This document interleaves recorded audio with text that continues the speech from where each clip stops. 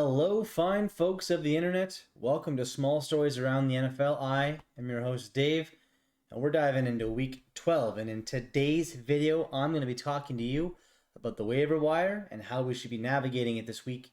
Plus, we have a little bit of a sneak peek and a dive into tomorrow's Thanksgiving game previews. Let's go get us some turkey, y'all.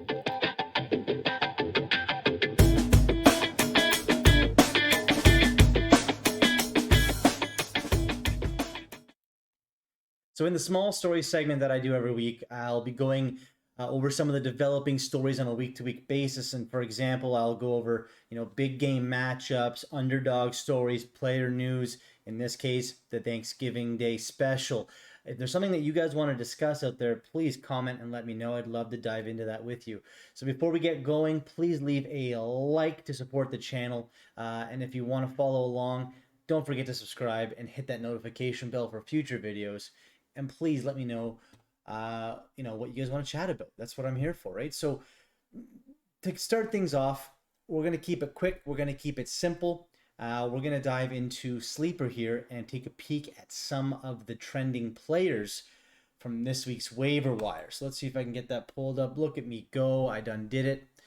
Yeah. So we'll start from the top left corner with our trending up.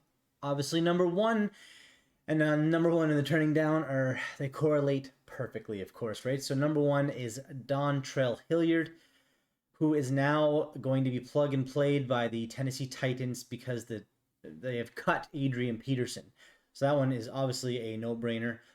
You'll see that in this one in particular, I actually am the owner of Adrian Peterson. I put a little bit of fab on him to pick him up. He didn't do anything for me. He got me a touchdown the first week, but that was helpful. But I did try and pick up Dontrell Hilliard, but I lost out by a couple fab dollars, so here we are.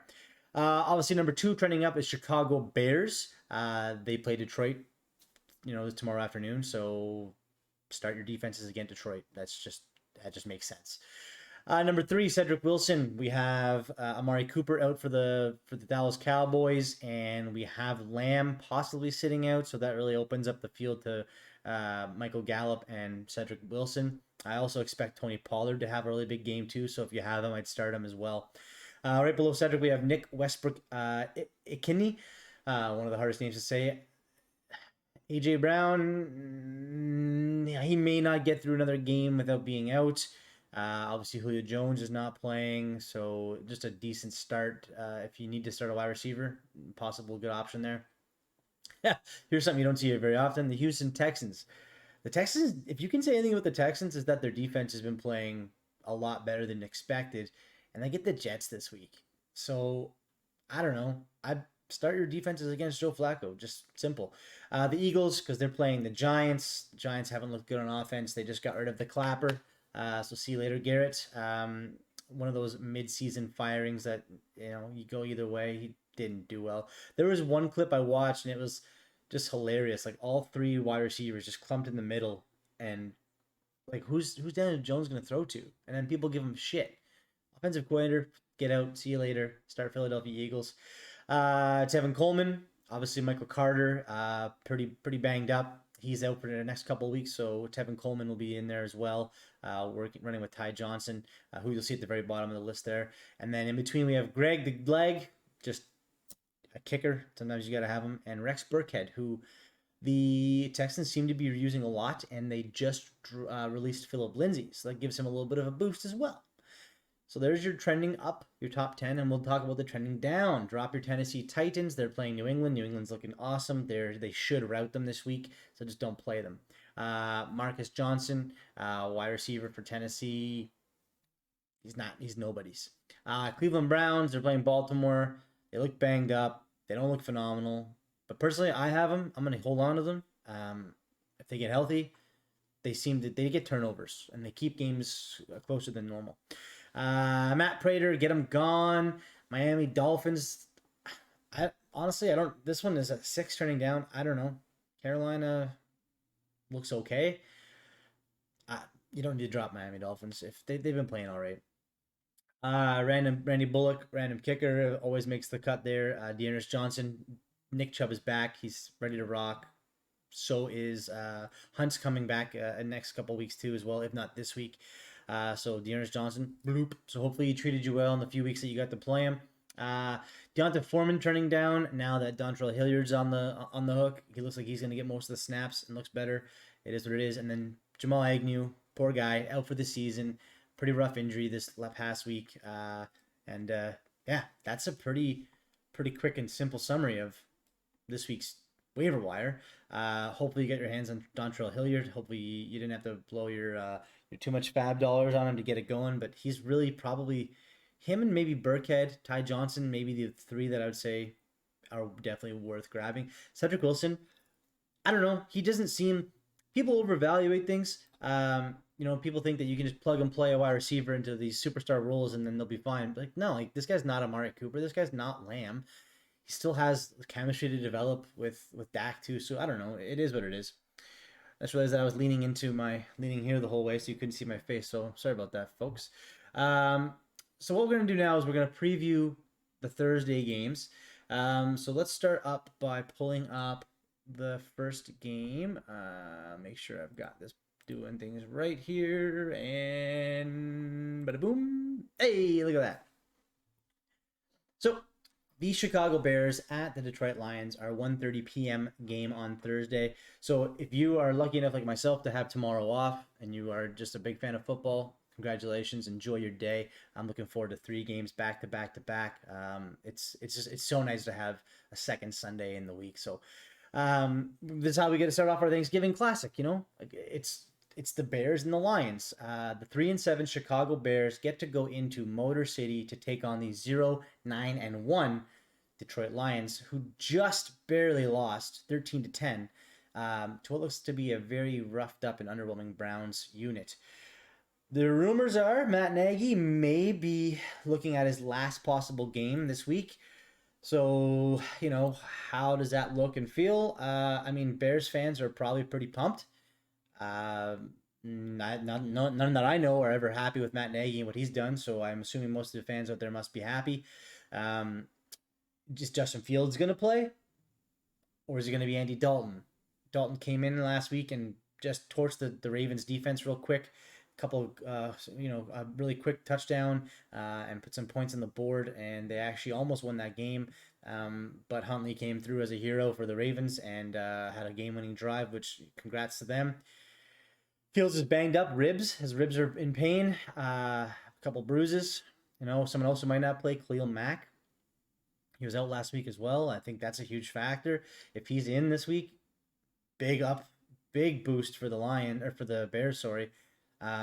So there's that. And then the Allen Robinson for the Bears he's arguably the worst. He's the biggest bust in fantasy this year, I have to say. I picked him up in a dynasty league this year, first startup dynasty. It's one of, I think, my second wide receiver. And man, so brutal. Just what a wasted pick. On the Lions side of the ball, we'll talk about Goff a little bit. Is he good to go? Is his thumb feeling the way it is? I don't know. I don't know yet. I think Boyle's going to get the start again. This could be like, I say this every week. This is Dan Campbell's last hoorah moment. It's his last rah-rah, get the team going, let's get going. Like, at home, on a Thursday, afternoon game, on Thanksgiving, everybody's watching. Get your Lions fans that win they deserve. Can they pull it out? Honestly, I think they can. They got to. They've got to. Everything for DeAndre Swift, bet the overs. Receptions, rushing yards, rush attempts, whatever that might be, bet the overs. If you can hear my dog, I'm sorry. And always in this game too, bet a special teams or defensive touchdown. 100%. That's the game plan. So let's talk about the spread lines on ProLine Stadium here. +3 underdogs at home for the Lions, and the over/under has dropped now. It was 44. It's dropped down to 41.5. Give me the under. Neither of these offenses are good at what they do. So that's an easy one. In terms of who I'm picking, I don't think that there's much difference between these two teams. I'm going to compare both teams to their games against the Ravens and the Steelers. Those were both close games for both teams. Both the Lions and Ravens and the Bears and Ravens, super close. Both the Lions and Steelers and the Bears and Steelers, super close. And the Bears probably should have won that game, I suppose. But in comparison, I feel like these two teams are so evenly matched. Just the Bears happen to have a couple of wins under their belt, and the Lions haven't been so lucky. Give me the Lions money line. Give me the spread for a nice safer bet, but I'm going to take the Lions money line in this game, and I'm going to take the under, and I'm going to take the plus 3 points. I love it. I love it. Give me the underdog at home on Thanksgiving. Gobble Gobble. Turkey Day. Game number 2 of the week. We've got the Las Vegas Raiders at the Dallas Cowboys. This is our 5:30 game. Derek Carr and the 5-5 Black Hole Brigade. They head to Dallas to take on America's team, who sit at 7-3 right now. Both teams coming off of losses. Not a great look. And actually, all 6 teams in these 3 slated games this week and on Thursday, they have all coming off a loss last week. So there's a fun fact with Dave right there with you. Mariota is being rumored to start, so that's intriguing. Obviously, Raider Nation's a little upset with Derek Carr lately. If you've seen the memes cycling around, he's looking a lot like Marv from Home Alone, so that's hilarious. Darren Waller is nowhere to be found, as is their defense. Their defense was absolutely incredible the first few weeks, and now they are just non-existent. Is there anyone you can even start in terms of fantasy-wise? Like Hunter Renfrow, Bryan Edwards, maybe. If Mariota starts, I don't know. Kenyon Drake, Josh Jacobs, probably not. I think you can start those guys in good matchups. I don't think this is a good matchup for them. I don't know.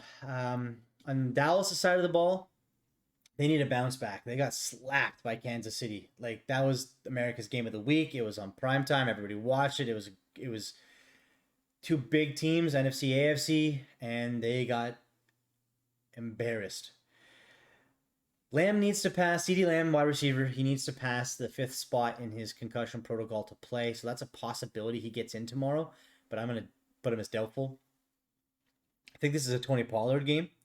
As I mentioned earlier, I think he's going to catch a lot of balls. Zeke's pretty banged up. I think only had 32 yards last game. Obviously not a great game script to follow, but he got hurt. He got banged up, and Pollard, they should have just kept running the Pollard. They would have probably stayed in that game better, but expect both the running backs to be part of the passing game if Lamb and Amari Cooper are both out, which I do expect them to be. So let's look at the spread here. Dallas is favored at home by 7.5. That's too many points. They need to bounce back, but I don't know if they're gonna. Like, Vegas could win this game, which is just crazy. So I'm gonna take Dallas money line. I think they should win the game at home. They're gonna get this bounce back, but I think 7.5 points is too much. So give me the Vegas spread, the over under of 51.5. I don't know. I think that Dallas is hurting on offense, and I also think that Vegas has shown that they can't get things done right now. So give me the under. 51.5 is too much. Yeah, Dallas money line, Vegas spread, and take the under. All right, last game of the Thanksgiving spreadaroonie. We have the Buffalo Bills at the New Orleans Saints, our 9:20 game. The 6-4 Bills get to head to New Orleans to take on the 5-5 Saints, and both these teams are super desperate for a win. I would say the Bills more so, in my opinion. The Pats aren't coming for them. They're already here. Like, that's their division right now, which is absolutely mind-boggling. To think that a rookie quarterback comes in and does what he's been doing, and just the Bills have just been so up and down. Such as, I actually put a stat here, they have the most varied DVOA for stats for a team in a week-to-week basis ever, and that's sitting at 46.6%, second to the 2005 Niners, who were sitting at 38.2%. So the Bills are literally the most inconsistent team in history. Hi, Ollie. Please don't bark during the video, okay, buddies? They need to get the running game going. Philadelphia showed that if they can utilize the running quarterback, you can beat the Saints. Normally, just straight runs. As if you watched my last video, I was saying that I think Philadelphia didn't have a chance against New Orleans because New Orleans' runs defense is so stout. But if you use the quarterback to do it, which the Bills can do with Josh Allen, they can get things going. They've been using Breda way too much. I don't know what's going on with Zach Moss and Devin Singletary, but I feel like those two guys are just way better than Breda. So they need to establish that run and get things going. And maybe this is a Diggs game, but probably not. Pass defense in New Orleans is pretty good. But who knows? Thanksgiving, I'm pretty sure last year Diggs put up a pretty big game. On the Saints side of the ball, some heavy things. Obviously, Kamara, just a moment ago on my phone, I got from Sleeper Report, ruled out for the week. So that's a sad panda. But they seem to be able to put up points, even lacking stardom at the quarterback position and the running back position and at the wide receiver position as well, right? So I don't know. It's going to be a weird game. Yeah, we'll have to see how it turns out. In terms of betting, I think you take the over 45.5. I think you can take the over. If the Bills are going to win, which I think they will, they're going to need to put up some points, and I think that they will. Again, if they can use Josh Allen's legs, should be no problem. No problem at all. 6 points. Give me the home underdog again. I think that New Orleans stays within that. My rule of thumb is normally if New Orleans gets 3 points or more, lay them. They stay within a field goal normally. 6 points, like New Orleans could outright win this game. The Bills have been so flip-flop up and down. Who knows, like hot and cold, Katy Perry, whatever you want to call it. The Saints could win the game. So I'll definitely be putting a small bet on the Saints money line. But the safe bet is the spread, and I'm going to take the over because, again, I think if the Bills are going to win, they need to put up the points, and they should. And the Saints have been able to run the ball and move the ball. Sorry, not run the ball, move the ball. And the Bills' defense has been just, I don't know. They haven't faced a good team. Everyone's saying the Bills' defense is top 5, best this. They haven't played anyone good. So, of course, the stats reflect that. I don't know. Maybe New Orleans is not the best offense either, but I think they can move the ball and they'll put up some points. So there we go. So that'll do it, sports fans.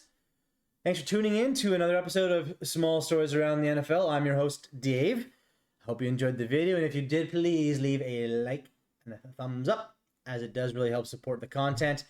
And if you want to follow along to hear my NFL stories, my spreads and moneyline bets each week, please subscribe and hit the notification bell so you'll know when I post the next video that I do.